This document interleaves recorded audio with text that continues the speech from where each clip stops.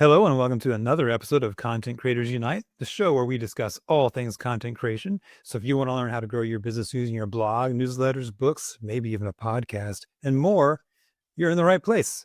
I'm your host, John Clements, and our guest for today's episode is Alesia Galati. So, Alesia is a podcast strategist and founder of Galati Media, which is a full service podcast management agency. So, driven by her passion for audio storytelling, she's helped numerous coaches, thought leaders, and businesses launch and grow their podcast. And she thinks everyone has a story to tell, and she's dedicated to empowering others to share their voices with the world. So, Alesia, welcome to the podcast. Thank you so much, John, for having me. I'm so excited to be here. Yeah, I'm excited to have you on. So before we get into talking about, the podcasting and repurposing content and all those things, can you just give us a background about kind of who you are, how you got into doing what it is that you do? Yeah, it's quite a journey. And I think that it's an important part of sharing myself and, everything I know. Because if I were to just give you the cliff notes, and I find that this happens a lot, is, people would be like, oh, well, in 2020, I lost my job due to COVID. And then I started my agency, and here I am 5 years later, super successful. And it's like, what happened? Wait a minute. What happened before then that you just were like, yeah, let's start the agency? So my story actually starts 9 years ago in the digital marketing space. I was a new mom and decided, you know what, I have this corporate job. I love this corporate job. I worked in manufacturing and supply chain, very male dominated industry. Loved it. Had no interest in being a stay-at-home parent. That has never been a passion of mine. My husband is now a stay-at-home parent and has been for the last 7 or so years. He loves it. He gets so much fulfillment from it. I do not. I like to work. And so didn't have any plans to leave my job. Just wanted to make a little extra money to be able to provide for my growing family, and realized this online world and digital marketing. I had already been going to school for marketing, so I figured, let me try it out. Let me see what I can do. Started blogging, started doing some social media content, failed a lot of times in what I wanted to do, created all different types of businesses until I kind of got to the point where I was like, none of this is really working. But let me just work for a micro agency. So I did some social media marketing for them. Really loved it, thought it was super easy. And then launched my own podcast in 2018, talking to e-commerce businesses specifically around marketing and really managing the back end inventory side of their businesses. And realized pretty quickly that I do not like talking on a podcast about what I did in my day job. And so pod faded that. Launched another podcast in 2019. No, I'm still working my 9 to 5 during this Oh, time, doing okay. still a little bit of side hustle stuff, but just really passionate about podcasting. So started this next podcast with my sister called Two Sisters and a Cult, where we talked about cults and related them to the one that we grew up in. And then realized, wow, the power of podcasting and being able to share your story and share information with the world is really interesting. And also having to market. So I did most of the editing, I did the promotion, I did all that stuff. All I told my sister to do was show up. That's all I wanted her to do, just to kind of do this with me. Then in 2020, like I said, lost my job due to COVID, was let go. And as the sole financial provider for my family, thought, well, okay, universe, I think this is the kick off the ledge that I've been kind of feeling anyway, that I wanted to kind of take this to the next level, and knew that I did not want to create a business like I had created before. None of those things worked. How did I want to format this business in a way that would work for me? And so thought, okay, I could create podcasts for people, but I want to do it in a way where they record and I do the rest, because that's the stuff I like to do. And Mhm. also, I want someone to trust me with their content that I can just run with it, right? I don't want to be micromanaged, none of that. Realized really quickly, with the amount of time and effort that goes into editing, because we do listen to every word for our team, that I needed to hire some people. So in 2021, hired my two teammates that are still with me to this day, which has been pretty incredible, and then grew the business from there. This year, we're doing a little more of not just the agency side, but creating a lot of content for people who can't afford to work, one-on-one with us, but they can work one-on-one with me. So I've got strategy sessions and coaching and workshops, free workshops, and all of that fun stuff. And so that's a bit of my content journey. Yeah, no, that's Because amazing. Yeah. And it's kind of funny because you mentioned like, well, I lost my job during COVID. I had to do a career shift because that's exactly what happened to me as well. Mine was just a year after yours in early 2021. So I'm always excited to meet people who took something that might have been a very deflating or just a terrible event and then turned it into something that was so much better than before. So I can tell just from looking at you, you're excited to do what you do, which is amazing. Yeah, I love it, honestly, and that I think that's the big difference is that while I still did, supply chain and stuff like that, and I was talking about it on the podcast, I wasn't really passionate about it, but I don't think I could do this entrepreneurial thing if I wasn't passionate about podcasting because we do late nights, we do all the things to, like, really help our clients, and so if I wasn't passionate about it, I would have quit this quite a bit ago. Yeah. Yeah. Well, so I'm with you there. Yeah. I mean, I was in quality management for 15 years before. Ain't nobody wants to hear about quality management. So, but people do want to hear about repurposing content, and we're going to get there, I promise. But one more question before we get to that is, Yeah. I am curious because you run an agency that helps people launch and grow their podcasts. So, what is it exactly about podcasting in general that makes it such a powerful marketing tool? Yeah. So, one, there's a longer shelf life for podcasts. If I were to go back and start at the very beginning of my podcast, I mean, even the podcasts that I've since pod faded, those one, meaning for the uninitiated, that means that I've stopped podcasting those podcasts. Now, if I were to go back, I could still listen to those, even though it's been years since I've stopped podcasting in those specific categories. And so the longevity of the content is really long. I don't really have to fight for SEO as much. So the amount of YouTube channels there are, the amount of blog posts there are, or sorry, websites that with blogs, the amount of social content that there's such a quick turnover for this content. So I love podcasting for that. But then also what it does for your listener, right? When we had the podcast about cults, there were so many people who reached out and were like, me too. I grew up in a cult. I had that experience, right? Where if I just kind of wrote about it on social media, they might have felt something and been like, oh, yeah, me too.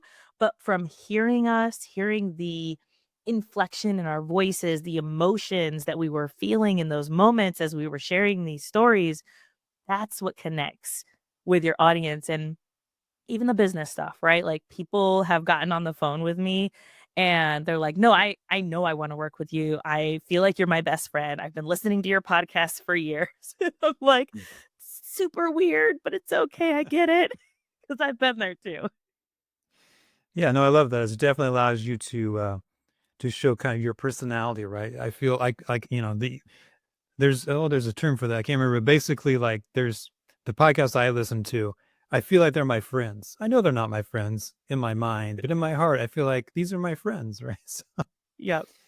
So let's talk a little bit about now about the main subject of what we want to cover today, and that's repurposing content. Because if you're creating content, if you're writing blogs, if you're recording podcasts, whatever it is you're doing, that's a lot of work, and so it can make sense to repurpose some of that content. And I just want to just kind of start out with, why is that such a good idea? Why does it matter? Why would you want to go down the road of like repurposing content?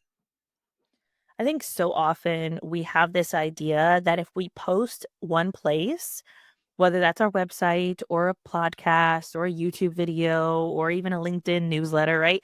Any of those places that we're creating content and putting it out there for people, we think that everybody saw it. And sadly, that is not the truth. And any good marketer knows people need to see it a lot of times for it to click in their brain of, oh, I actually need what this person has. And so, as people who have businesses, or even if you're just someone who likes to create content for the sake of creating content, maybe you've got a Substack, it's important that we are repurposing it in these different places so we can reach our audience wherever they may be. Now, that is not to say that you need to overextend yourself, which I think a lot of people feel that inclination of, oh, well, now I got to be everywhere. No, I usually tell people pick one core piece of content that you are creating on a regular basis. If you're a writer, that can be your blog. If you're a external processor like me and you want to talk things out, a podcast is probably a good place to go. If you feel like you've got a lot of personality and you want to show that on video, then video might be the thing. But it could just be as simple as one of those three. So either written, audio, or video, or video, right? If you want to do video and audio, but take that one piece and then create multiple pieces of content from that one. So you don't feel like, oh, I have to do my newsletter and I have to create the podcast and I have to talk about something else on social media. No, you could just create one every week. Every other week, you get to decide what that consistency looks like for you, or that frequency looks like for you, and then share it in all of those places on a regular basis. And Yeah. So let's talk talk about your about stuff that. before. Yeah. Yeah. Yeah. So let's talk about that for a little bit. So that's that's a great tip that I use personally. Is like, yeah, if I'm going to write a blog post, then I'm going to reuse that several different ways because I only have so many hours in the day. But specifically, like, what are some ways, like what's a tangible way that someone could take, I don't know, say a blog post and reuse it or repurpose it? Yeah. So taking one blog post, you can turn that blog post into an email newsletter. If you are not someone who's interested in growing an email newsletter, then a LinkedIn article or a LinkedIn newsletter is also a fantastic way. LinkedIn's hot. And I don't think people realize how valuable it is, because I want to say it's less than 3%. I might have that number wrong. Please correct me, anyone, if we got that number wrong, that are of people that are on the platform that are actually creating content for the platform. So the lifespan of your content is going to be a lot higher. So take that blog post, turn it into an email newsletter, a Substack, or a LinkedIn newsletter, something like that. You can then also, if you're someone who is on Instagram or TikTok or any of those places, don't feel like you have to read through the whole thing. You can say, I just created a great blog post. Here are 3 tips from it. Be sure to check out the full blog post for even more tips or strategies. So there's your video. You can also upload, if you have a YouTube channel, you could upload that to shorts as well. You could also upload that video to LinkedIn as well. LinkedIn's really pushing the 9:16 frame as well, which is really interesting. What else could you do? You could create threads from it. So create a whole thread of like, or even here's my top tip for XYZ from that one blog post. So those are just some really quick, off the top of my head, ways of just taking that one blog post and then turning it into a bunch of different content rather than Yeah, just, and just here's the link.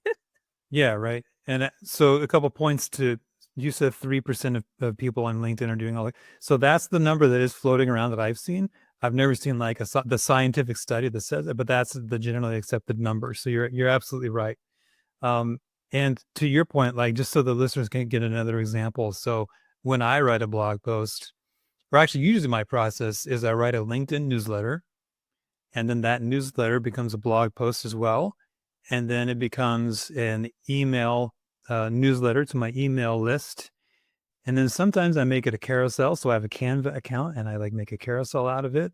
Uh, so there again, this is all the same piece of content. I edit it slightly for each, platform.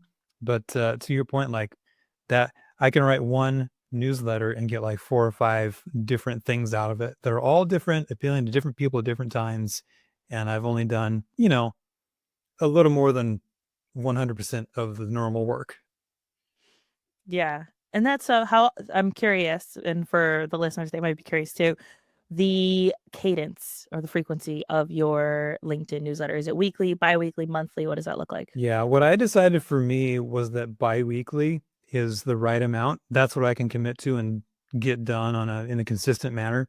So weekly I can't hang with weekly. And monthly feels like too long for me, but every 2 weeks seems to work out pretty well. Yeah. And So I do the same thing. I do bi-weekly LinkedIn newsletters.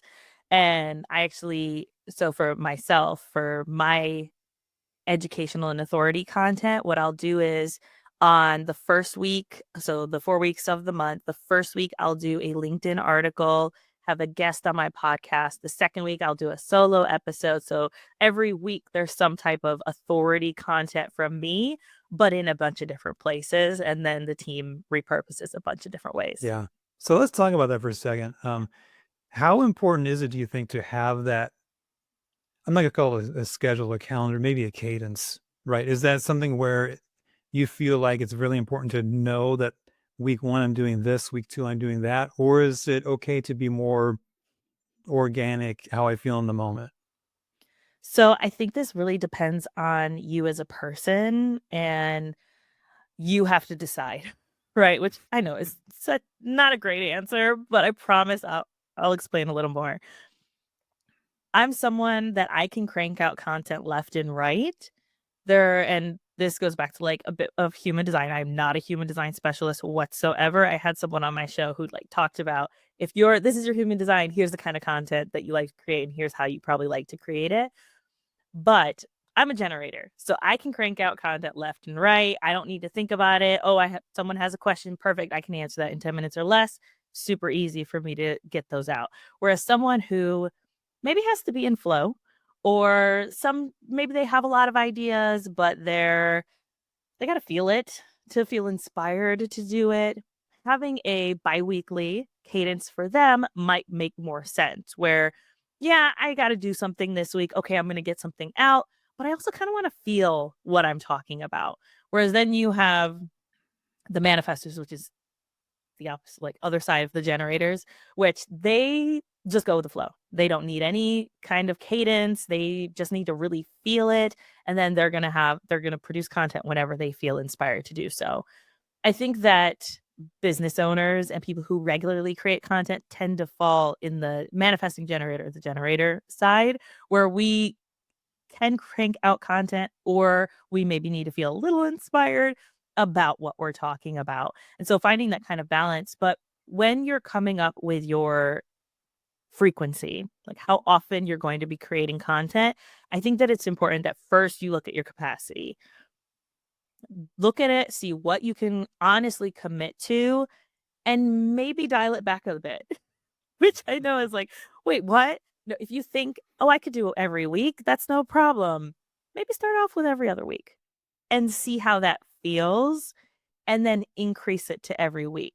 Whereas if you start off with every week and then you have to dial it back, your audience is expecting you to show up at a certain time on a certain day, especially if you've committed to them and said, hey, I'm going to show up like this. Then they're expecting that. And there will be people, especially in the podcasting space, which they're finicky. Podcast listeners, we love you. But also, if we skip a week or we just kind of ghost them or are silent, they will move on to the next. And so that's one thing that I've just had to learn over the course of this is either start with okay, I could definitely do this, or dial it back a little bit and then increase it as you have more space. And don't be afraid to let your audience know that if something does go wrong, hey, I need to dial this back. I had an emergency with my family or something happened, right? We're all human. We all have situations, but that is also a great place where I don't think a lot of people do this is taking past content that maybe you talked about 3 months ago and bringing it back to the forefront. Like I said at the beginning, so often we think that, oh, well, they already saw it. Probably not, or they forgot about it, right? We're all busy. We all have lives going on.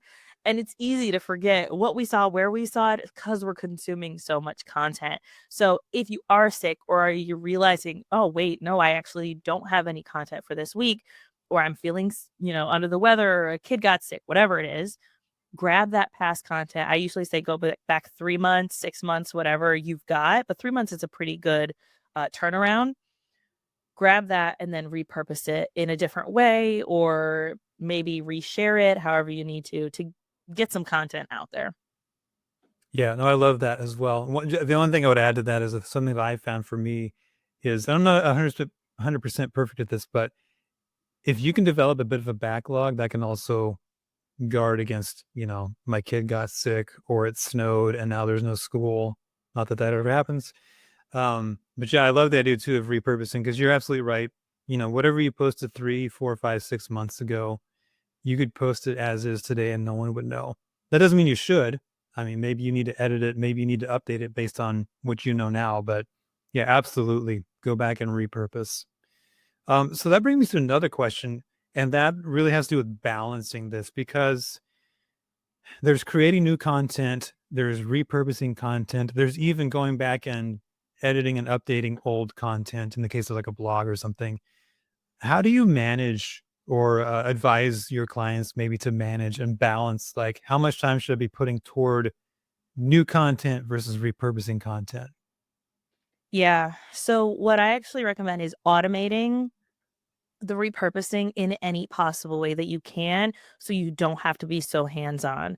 I use a software called Meet Edgar, and what I'm able to do is set up a cadence of my evergreen content. So I'll have blog posts that are relevant for the most part ongoing, rather than, most of them are going to be good. There are ones where I won't put in the system, like things to look out for in 2025.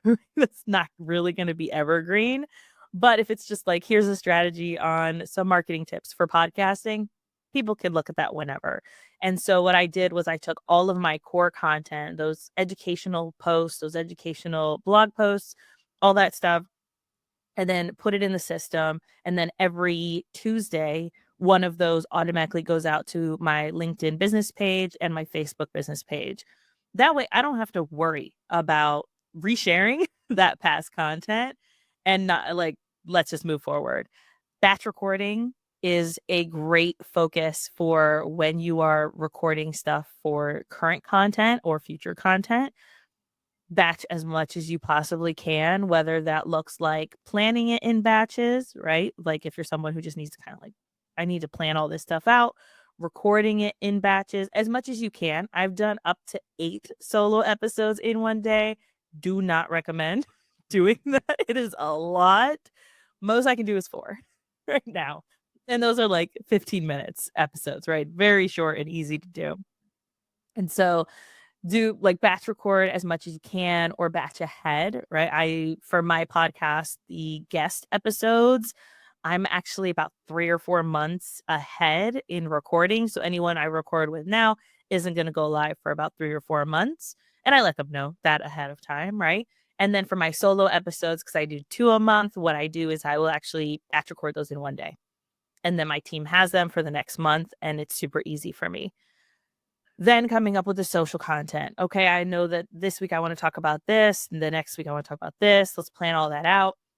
Let's create a a caption for each of those weeks based on the content that I want my core focus to be. Let's go ahead and create newsletters, core content. And of course, I'm going to tweak those the week of because maybe I want to share the episode that just went live the week before, but I've got it batched and done. So all I have to do is just copy and paste it rather than what am I talking about this week? I don't have to worry about that. It's already pre-planned.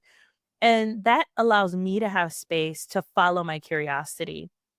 And that's one of the reasons why I love batching ahead is that I can say, you know what, actually this summer I want to explore what I want to change about the podcast. What do I want to change about that core content that I'm creating? How do I want to mix things up? But if I'm reacting every week to, I need something for this week, then I don't really have space to have fun with it. And it ends up being more of a chore than something I enjoy. So that's what I typically recommend for myself. It helps me a lot, but also for my clients. And then also when you realize, hey, I was 3 months ahead, I'm getting really close to not being 3 months ahead anymore. Then what do you need to do? What are those tasks that you need to start batching now so that you don't come up to a point where you're like, I don't have anything for this week? Yeah, and I love that idea of just spending the time because it honestly doesn't take that much time to plan ahead. Because what I found, like for me personally, is if I write down some ideas for future blog posts or newsletter articles, it is the hardest thing to do is to go from a blank page to something. So if I can have that seed idea, sometimes the article I end up writing has nothing to do with the seed idea, but it got me started, right? Yep. Versus looking at a blank page and going, now what? So I highly recommend that. Just take the time, take an hour and just sketch out some stuff just to give you a roadmap. And if you don't like it, change it, but at least you have something. Yeah, for sure. It helps a lot. Yeah. All right. So we could talk about this all day. Obviously, I'm a content guy. That's why I have this podcast. But I do want to pivot because as important as content is, as important as these tips are, I also think it's important to get to know people and to know about them. So, Alesia, I'm going to assume you have good boundaries in place and there's at least some period of your day when you're not working. I hope that's true. Yes. So, okay, good. So when you're not working, what's your favorite thing to do? Do I have to pick one? Or a couple. This is fine. Okay. So I love to read. I read about 250 books a year, mostly romance. And yeah, I love my my son asked me, "What are your hobbies?" Reading books, talking about books, buying books. Those tend to be my personal hobbies, but I really also enjoy going hiking with my family. We have some really great trails in North Carolina that we just love hiking, and then our North Carolina Zoo is also a ton of fun to go to, and it's about an hour and a half from us, so it's like perfect day trip to go. And so those are some things that that help me unwind and kind of step away from the business, especially since it's in my house. Yeah, right. Yeah. No, I love that. My wife read just shy of 200 books last year. And I'm a writer and an editor and I only read 25. But to be fair, I read all day long and sometimes I don't want Right. to read more. Makes Um, sense. yeah, I'm kind of like I'm over words for the day. Thank you. I've read them all. And then as far as going to the zoo, it sounds like your kids are probably like the prime zoo age. So it's probably a Yeah, lot of they're fun. Yeah. they're 10 and 7, and they're Yep. really into animals, so it works. Yeah, I've got teenagers, so they don't want to, they want to just sit around and do whatever they do. Um, so with that, I also like to ask all my guests this question. It's one of my favorite questions to ask because you just get so many great answers. So you've done so many things in your life. You had such a varied, and cool experiences. What's a piece of wisdom or a lesson that you've learned that you could just share with our audience to just help them be better people? Trust yourself. Honestly, it is such a key to moving forward. I think that especially as business owners, right? If you're listening, that we look outside of ourselves when we're making choices. And I think that if we just go back to our values, thinking about what's the direction I actually want to take this business, we already know what we need to do. We don't really have to hire someone to tell us what to do. We just need to do it or hire someone to help us do it, right? And that's where people like you and I come in to help them do, accomplish the tasks, but trust yourself more. I like that. Yeah, I like that. That especially as an entrepreneur, like Yeah. you kind of have to have that yourself because no one's telling you what to do. But I completely agree with you. Yeah, totally.